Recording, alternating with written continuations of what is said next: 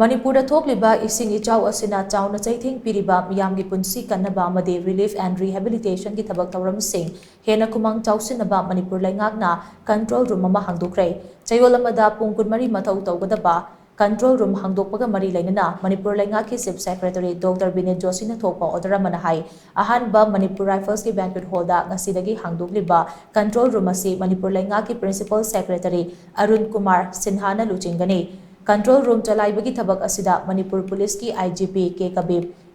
Education S ki Director L Nandakumar amadi Relief and Disaster Management Department ki official Imphal East amasung Imphal West District ki DC Singh, Security Force ki personnel, PSED, Water Resources, Health and Family Welfare, CAF and PD, PWD amadi Power Department ki official Singh su yauri. Nauna hangliba control room asida miyamna mobile amasung landline number 09233522822